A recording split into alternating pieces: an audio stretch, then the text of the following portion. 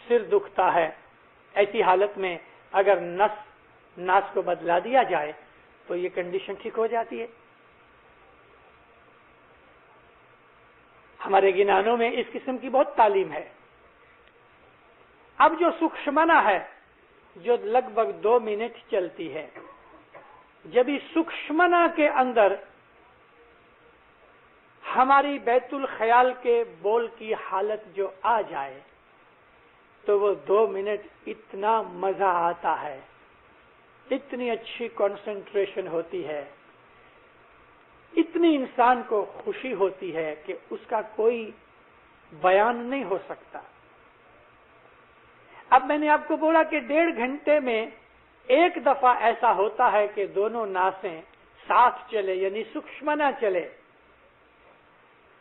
1 گھنٹے کی بندگی ہے، اور اس 1 گھنٹے کی بندگی کے اندر کبھی کبھی 2, 5, 10 دن کے بعد کہ 15 دن کے بعد کہ شاید مہینے کے بعد ایسا چانس ملے کہ ہماری سکشمنا چلتی ہوئے، تو عبادت کرتے کرتے اگر 1 گھنٹہ ہم برابر بیٹھے دینداروں تو شاید اس 1 گھنٹے کے اندر سکشمنا کا ٹائم لگ جاوے، تو اس وقت اگر آپ نے بول کا اچھی طرح سے دھیان لگا کے جو جاپ کیا تو آپ کو بہت مزہ آئے گا۔ پھر اس مزے کو دوسری دفعہ آپ ڈھونڈو گے، کریونگ ہوئے گی۔ اس طرح آہستہ آہستہ روز بروز عبادت کرنے والا آگے بڑھتا ہے، اور اس 2 منٹ کے اندر 1 منٹ یا آدھا منٹ یا 1.5 منٹ جتنا اس کو خدا تعالیٰ نے کچھ بخشش کرنی ہے تو وہ کرے گا۔ حضرت امام فرمایا عبادت کے اندر نور دیکھنا تمہارا حق نہیں، یہ تو حضرت امام فرماتے ہیں کہ اللہ کی رحمت ہوگئے، اس کی مرضی ہے، خدا راضی ہو گیا تو تمہیں کوئی بخشش دے گا، وگرنہ نہیں۔ تو عبادت جو ہے وہ ہمارے اندر مولانا حضرت امام کا جو نور ہے اس کو ہمارے پاس لاتی ہے، اور ہم اس نور کے پاس جاتے ہیں۔ بیت الخیال کی عبادت مولانا حضرت امام کے نورانی سوروپ کو ہمارے سامنے ظاہر کرنے کا ایک طریقہ ہے۔ اس کے لیے اس کے کئی نام رکھے گئے۔ بڑا کام بیت الخیال، عبادت، ذکر، تو یہ جو چیزیں ہیں ہمارے اسماعیلی مذہب کی خاص ایسنس والی چیزیں ہیں۔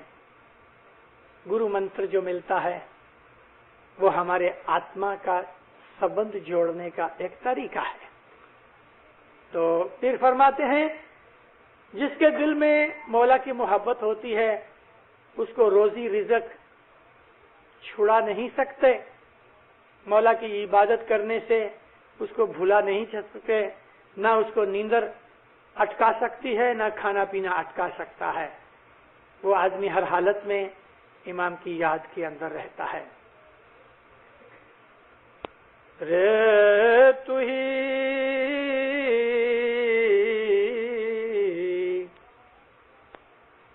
مارا ساچا سائیاں پیو جی تو ہی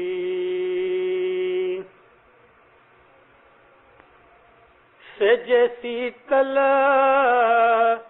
محول ماں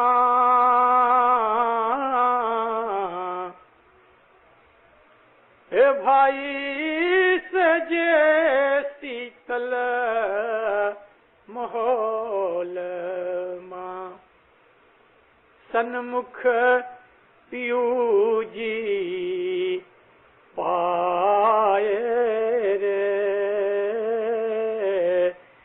بھائی سنمکھ پیو جی پائے احمد تب ویکنٹھ کی اے احمد تب ویکنٹھ کی آشا کرے رے بلائے رے بھائی آشا کرے بلائے. نور احمد شاہ کہتے ہیں اسی عرفی میں کہ میرے اس مندر کے اندر یعنی اپنے گھٹ میں سکھ شانتی کی ٹھنڈی حالت میں جب میں حاضر امام کو میں نے دیکھا تو اس وقت مجھے جنت جیسا مزہ آیا. ایسا مزہ کہ جنت بھی اس کے سامنے کچھ نہیں اور کوئی دوسری جنت کی میری بلا جانے کو کون ہے کیا نہیں. مطلب کہ جنت اس کے سامنے اس سکھ کے سامنے کچھ نہیں. تو یہ عبادت کے طریقے ہیں. عبادت شوق سے ہونی چاہیے اور عبادت کے لیے انسان کے اندر کریونگ ہونی چاہیے. تب جا کے مولا بھی اس کے لیے پھر بخششیں دیتا ہے. مولا آپ کو سکھی آباد کرے, ایمان کی سلامتی دے, حقیقتی سمجھ دے, بدیوں برائیوں سے بچا کے رکھے.